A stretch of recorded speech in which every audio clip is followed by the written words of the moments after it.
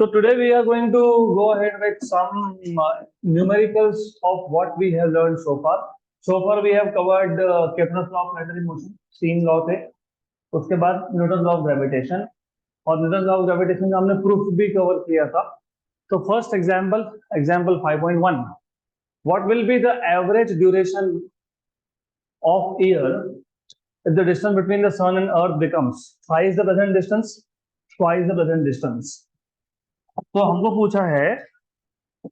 पूछा है कि अगर अर्थ और सन का डिस्टेंस प्रेजेंट डिस्टेंस के हिसाब से 3 गुना हो जाए, 3 टाइम्स, मतलब basically R1 is 3 times of R, और अगर 2 गुना हो जाए, ट्वाइस, डबल, मतलब R2 इक्वल टू 2R. तो what will be the time period, मतलब T1 और क्या पूछा है, T2. गुड. तो सबसे पहले you should know, do you know what is the present time period of Earth's rotation around sun? Earth revolution around sun? 1 year, मतलब कितने दिन? 365 days. तो या तो 365 दिन डे में लिखो या फिर ईयर में लिखो, आपके ऊपर है वो.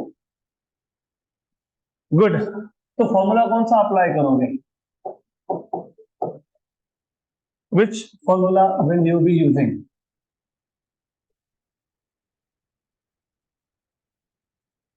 याद करो, हमने केपलर के 3 लॉ सीखे थे. पहला लॉ क्या था? Law of orbit. वो आपको सिर्फ ऑर्बिट का शेप बताता है. Every planet revolves around sun in an elliptical orbit with sun at one of the foci. Number 2, law of area. Line joining sun and the planet sweeps equal areas in equal intervals of time. Number 3, law of period. Square of time period of planet is directly proportional to cube of same major axis. तो वही तो बोला है यार, वही तो use करना है. बराबर, सही है. तो T is proportional to R raised to 3/2. ये टी स्क्वायर था, वहां पे आर क्यूब था, मैंने दोनों साइड पे क्या दे दिया? Square root. स्क्वायर रूट मतलब क्या होता है? Raise to half. मैंने क्या किया, यहाँ स्क्वायर था, रेज टू हाफ कर दिया. वहां पे क्यूब था, उसको भी रेज टू हाफ कर दिया. तो क्या बन गया? T proportional to R raise to 3/2. तो सॉल्व कैसे करोगे? बहुत सिंपल है. What will be T1 by T? R1 upon R whole raise to 3/2. What is R1? What is R1? 3R. So 3R upon R raised to 3/2. RR answer. So T1 by T equal to 3 raised to 3/2. What is 3 raised to 3/2? What is 3 raised to 3? 27. 27. देखो क्या करते हैं ना, 3 raised to 3 कर लेते हैं, फिर raise to half करते हैं, मतलब 27 का रूट. 27 को मैं लिख सकता हूँ 9 into 3 लिख सकते हैं ना. 9 into 3, 9 का रूट कितना? 3 और बचा हुआ 3 रूट 3. जब ऐसा है ना, T1 बाई टी 27 का रूट मतलब 9 into 3 का रूट मतलब कितना? 3√3. तो हो गया. What is T1? 3√3T. मतलब अगर डिस्टेंस हमने 3 गुना कर दिया तो जो ईयर का लेंथ है वो कितना हो जाएगा? 3√3 ईयर्स, क्योंकि T की वैल्यू कितनी थी? 1 ईयर. तो T1 इक्वल टू 3√3 ईयर. अगर दिन में चाहिए तो एक साल में 365 दिन, ऐसा भी कर सकते हो. वो आपके ऊपर है, अब how you want, it's up to you. Clear? पक्का? अभी डबल का देखते हैं. मैं 2 केसेस है, तो केस 1 ही सॉल्व हुआ. ये दिस इज केस 1. केस 2 भी सेम स्टोरी है. T2 by T equal to R2 by R raise to 3/2. What is R2? कितना बोला है R2? 2R. RR कैंसल, 2 का क्यूब मतलब 8 का रूट मतलब 2√2. तो T2 कितना हो जाएगा 2√2T, T की वैल्यू 1 ईयर है, तो T2 कितना होगा 2√2 ईयर, या फिर दिन में चाहिए तो 2√2 इंटू 365 डेज।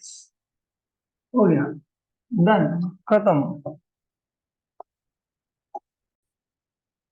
तो ये आता है T1 1897 डेज, सारा वैल्यूज सब्स्टिट्यूट करने के बाद, √3 की वैल्यू सब्स्टिट्यूट करने के बाद, मल्टीप्लाई करने के बाद, और ये आता है 1032 days.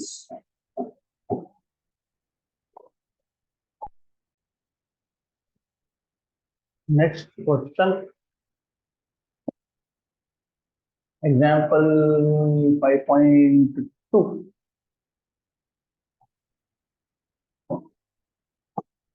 The gravitational force between two bodies is 1 Newton.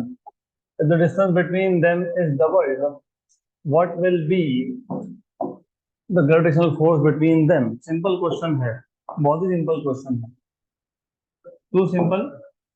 आपको बोला है gravitational force between two bodies, इसको मैं F1 बोल देता हूँ। कितना है F1? 1 न्यूटन। इनिशियल डिस्टेंस अगर R1 था, अभी डिस्टेंस कितना हो गया? 2 टाइम्स ऑफ R। ये उन्होंने बोला है अगर हमने डिस्टेंस को डबल कर दिया तो फोर्स कितना बताओ। तो पहले फोर्स कितना था? F1 मतलब 1 न्यूटन। अब फोर्स कितना है वो पूछा है। फॉर्मूला कौन सा यूज होगा? Which formula will you be using? F is equal to G m1 m2 by r square. G constant है, उसकी वैल्यू चेंज होती है क्या? नहीं। मासेस भी सेम है, सिर्फ चेंज क्या हो रहा है? डिस्टेंस। तो force is inversely proportional to 1 by r square. क्यों? क्योंकि G m1 और m2 क्या है? कांस्टेंट्स। तो आपको चाहिए what is new force F2। तो F2 अपॉन F1 क्या आएगा? F2 अपॉन F1 इनवर्स है ना, तो F2 अपॉन F1 क्या आएगा? का स्क्वायर, राइट। लेकिन यहां से R1 अपॉन R2 क्या दिख रहा है आपको? What is R1 upon R2? 1/2। तो F2 अपॉन F1 इज 1/2 का स्क्वायर। ओके, मतलब F2 is equal to F1/4। F1 की वैल्यू कितनी है? 1/4 आ जाएगा। What is 1/4? 0.25 न्यूटन। हो गया, क्वेश्चन करो। Next question, example 5.3। Three particles A, B, and C, each having mass m, are kept along a straight line with AB equal to BC equal to L. Okay. A fourth particle D is kept on the perpendicular bisector of AC at a distance L. ये भी सही है। From B. Okay. Determine the gravitational force on D. तो पहले तो diagram अच्छे से तुमको समझ में आना चाहिए। मतलब डायग्राम ड्रॉ कर लो। क्या बोला है क्वेश्चन में? हमारे पास 3 पार्टिकल्स है, ए, बी और सी। सबका मास क्या है? सेम, बराबर। Okay. Are kept along a straight line with A B equal to B C equal to L. A fourth particle D is kept on the perpendicular bisector. मतलब ऐसा है, यहाँ ध्यान दो। I want you to pay attention here. A यहाँ पे, B यहाँ पे, सी। ए, बी और सी, ये लेंथ एल है, ये लेंथ भी एल है, ऐसा है। और एक पार्टिकल है डी, जो कहाँ पे है? परपेंडिकुलर बाइसेक्टर पे। और आपको पता होना चाहिए what is the meaning of perpendicular bisector, बराबर। पता है क्या? पता है? ये एल डिस्टेंस है, तो यहाँ पे ऊपर एल डिस्टेंस, मतलब हियर एट पॉइंट डी। यहाँ पे एक चौथा पार्टिकल है। इस चौथे पार्टिकल पे कितना फोर्स है? टोटल फोर्स कितना है? ग्रेविटेशनल फोर्स वो पूछा है। अब प्रॉब्लम ये है कि आपको ये नहीं बताया कि ये चौथा पार्टिकल है उसका भी मास सेम है क्या? We don't know. कहीं पे बोला है क्या मास? एक काम करो, मतलब नहीं बोला तो हमारे ऊपर है, फिर हम लोग फोर्थ पार्टिकल का मास भी सेम ले लेंगे। इसका मास m, इसका मास भी m, इसका मास भी m और इसका मास भी m। क्वेश्चन समझ में आया कि आपको? एक स्ट्रेट लाइन था, ए पे एक मास है m, बी पे एक मास है m, सी पे एक मास है m। ए और बी का डिस्टेंस l, बी और सी का डिस्टेंस l, और बी से l डिस्टेंस ऊपर एक मास है again m, capital D। What is the total force on D? तो total gravitational force on D, पहले तो ये बताओ, आपको फाइंड करना है what is the total force on D। Suppose to find out what is total force on D। D पे कौन कौन फोर्स लगा रहा है, पहले तो ये बता दो, कौन कौन फोर्स लगा रहा है D पे? ए, बी और सी। तो total force on D equal to force on D due to A plus force on D due to B plus force on D due to C. और मैंने आपको बताया था प्लस कब लिखते हैं, वेक्टर फॉर्म में तुम प्लस लिख सकते हो, स्केलर फॉर्म में नहीं लिख सकते हो। तो यहाँ पे जब तुमने प्लस लिखा तो फोर्स को वेक्टर फॉर्म में लिखना चाहिए।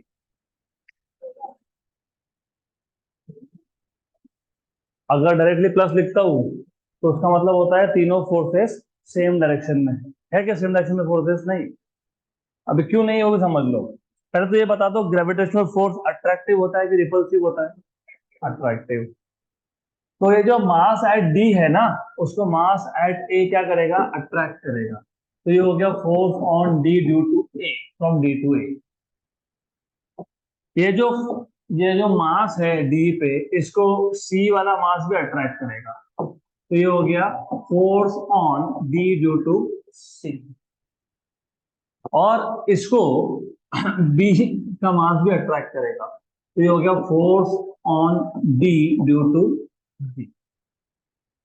अब अगर मैं सिर्फ फोर्सेस ड्रॉ कर लेता हूं, ओनली फोर्सेस, मुझे फिलहाल सिर्फ फोर्सेस में इंटरेस्ट है तो मैं सिर्फ फोर्सेस ड्रॉ करता हूं, तो आपको ऐसा देखने को मिलेगा, दीज आर द फोर्सेस। बराबर?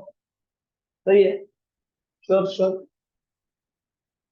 मेरे को और एक चीज पता करनी है आपसे, एंगल्स क्या आएंगे, ये एंगल कितना आएगा?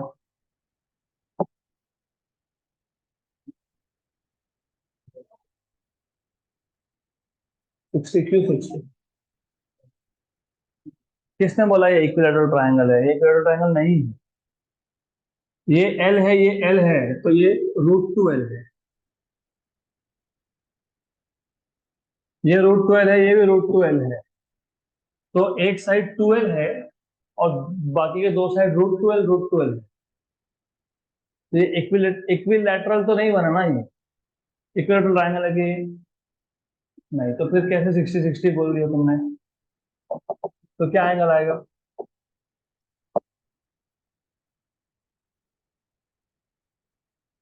45 बनता है ये। This is 45, this is also 45।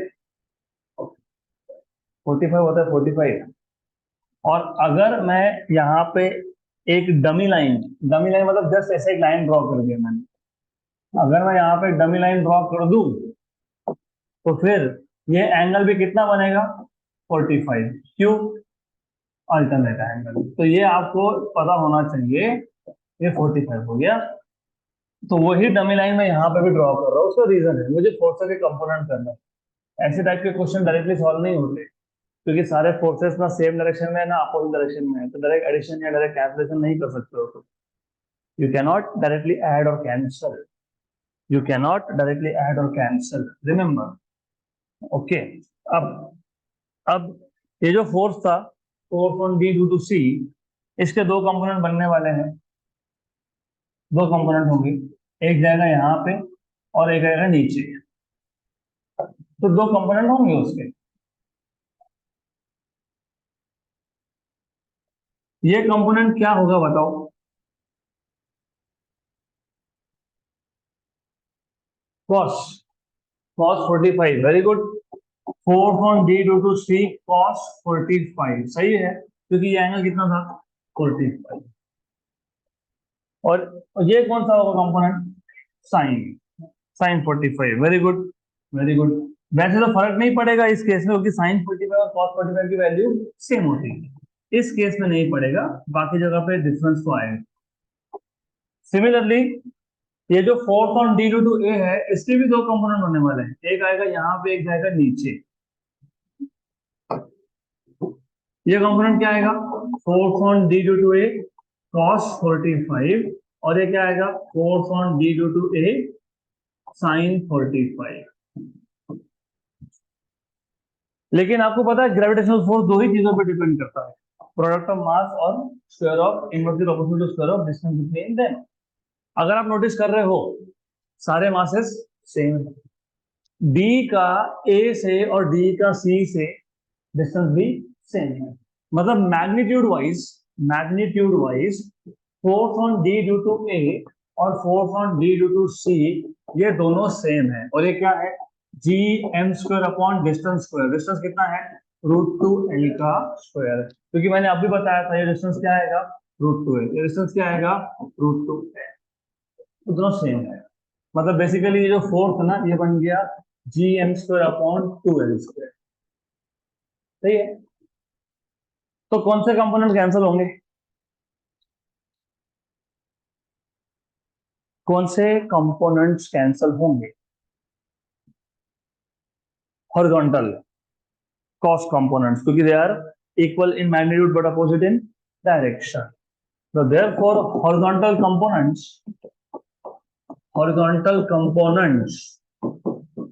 कौन से horizontal components थे, force on D due to C cos 45 and force on D due to A cos 45 cancels out,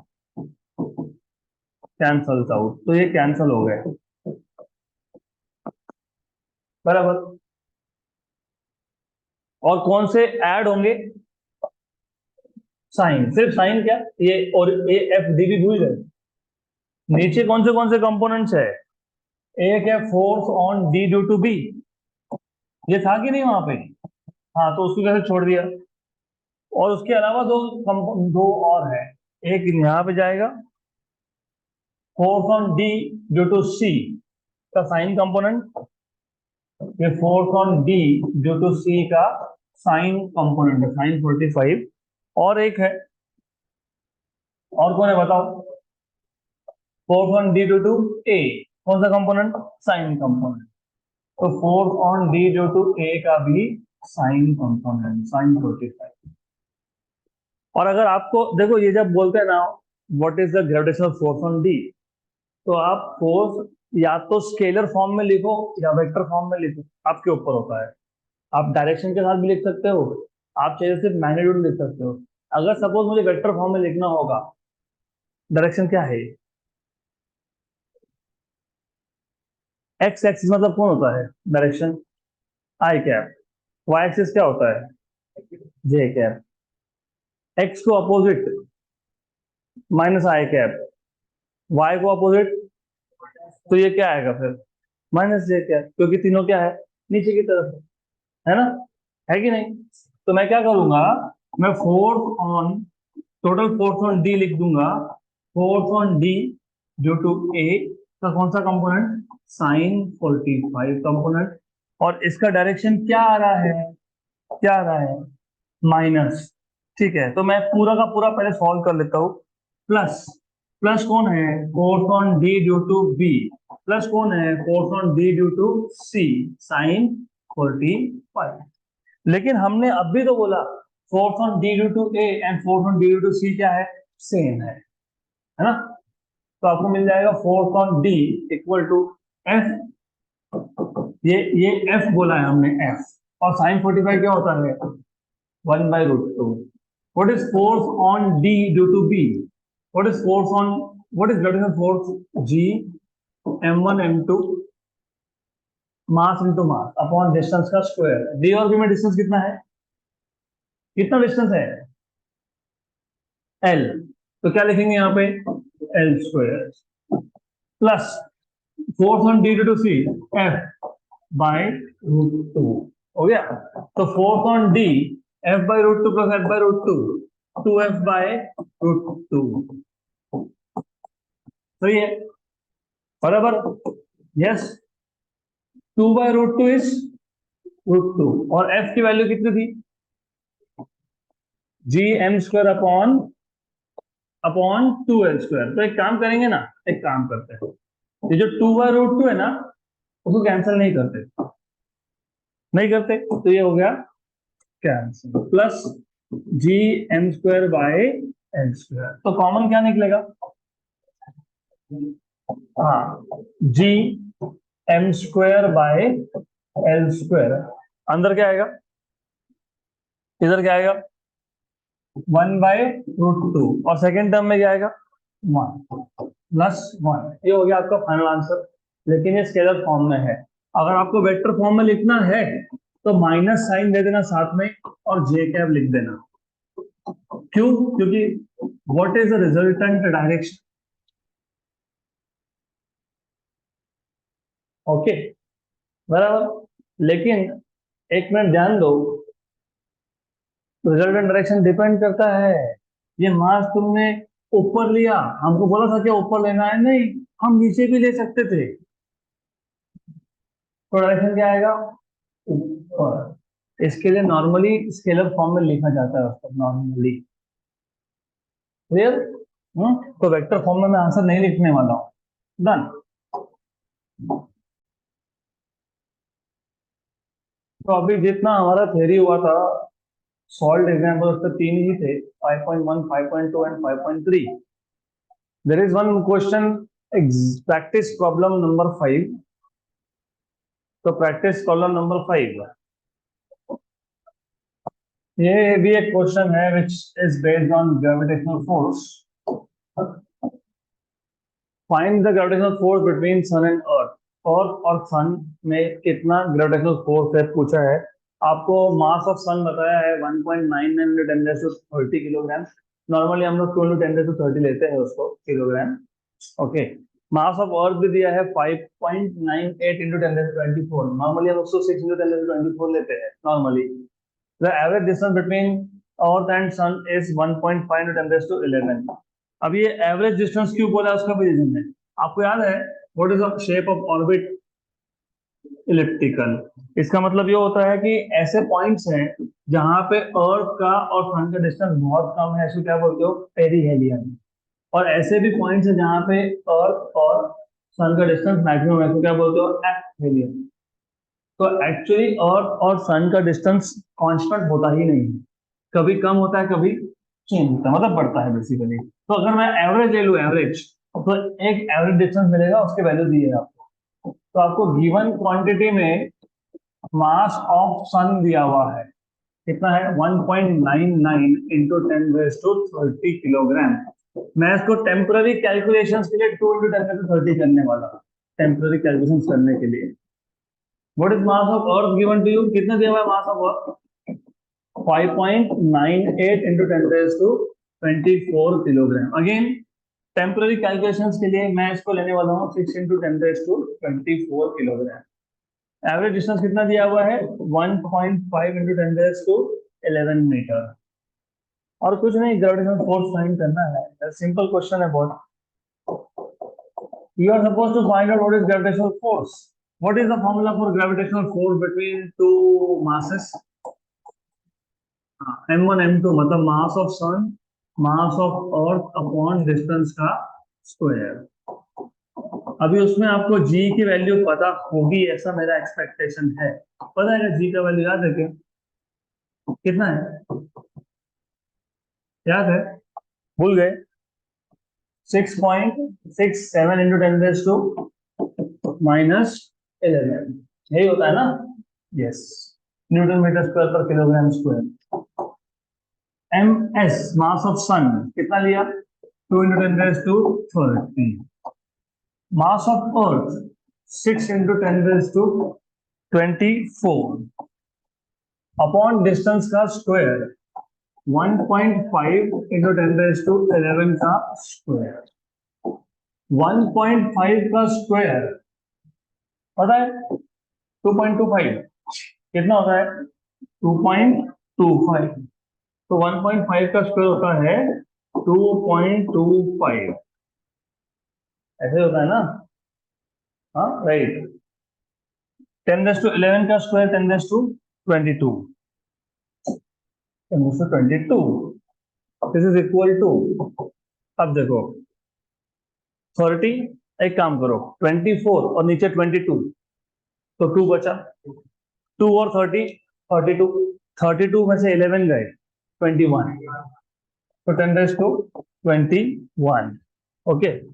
6.67 into 2 into 6, अभी क्योंकि मैं कैलकुलेटर से करने वाला हूं, तो मैं एग्जैक्ट कर लेता हूँ। 2 था कि 1.99 था, 1.99 था, 6 था कि 5.98 था, 5.98 था, 79.67 डिवाइडेड बाय क्या है 2.25, डिवाइडेड बाय क्या है 2.25, तो 35.27, 35.27 to 10⁻21, आंसर क्या दिया होगा?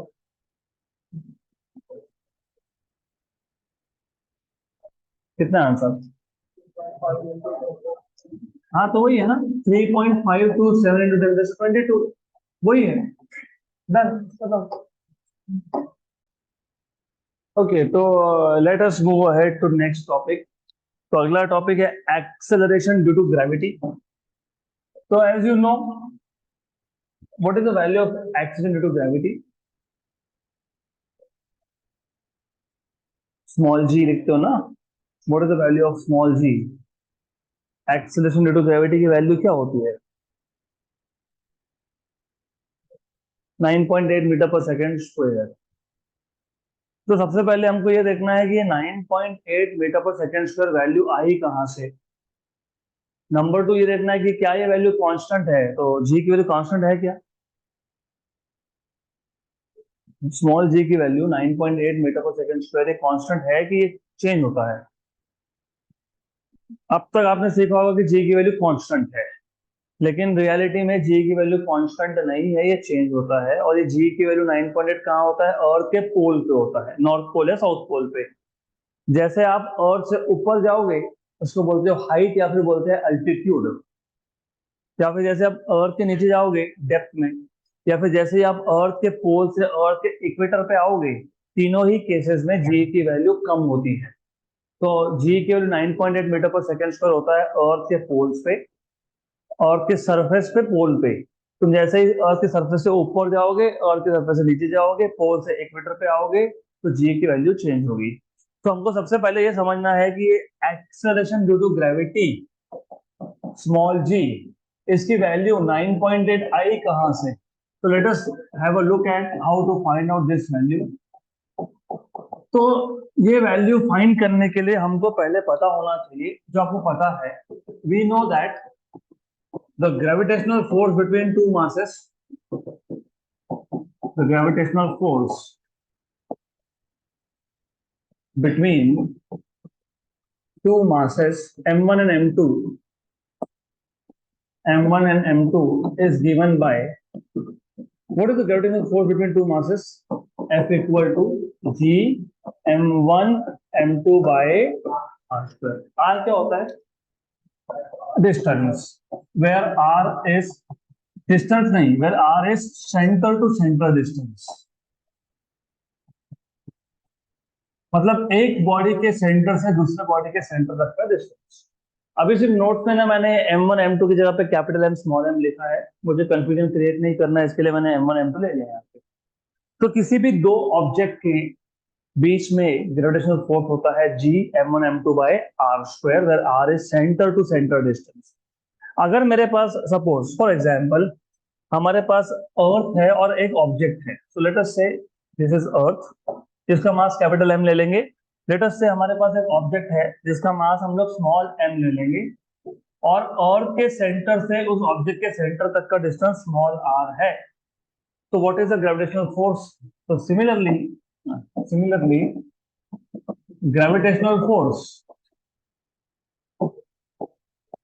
ग्रेविटेशनल फोर्स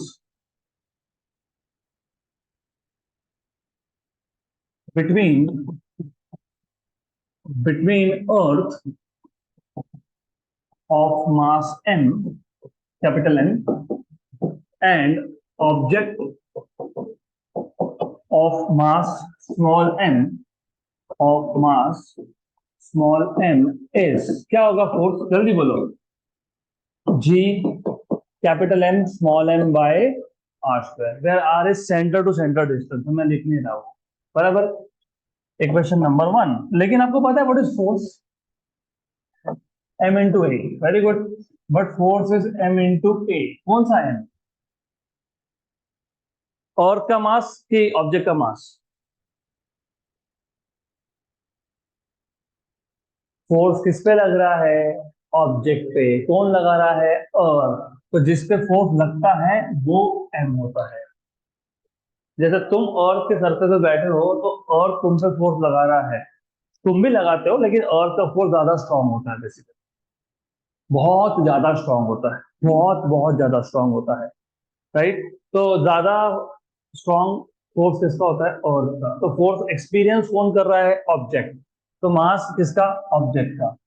तो from 1 and 2 force is G M m by r square, but force is also m into a, तो m into a equal to क्या लिखोगे, G capital M small m by are square, तो capital M small m हो जाएगा cancel, तो what is acceleration, a equal to G M by r, correct. अगर यही object अर्थ के सरफेस पे होता, इमेजिन ये सेम ऑब्जेक्ट अगर अर्थ के सरफेस पे होता, if the object is at the surface of earth, so what is the distance between object and the center of earth, बताओ, बताओ, बताओ, अरे what is the distance between center of earth and object, r, what is r, radius of earth, so if the object is at the surface of earth, is at the surface of earth, then then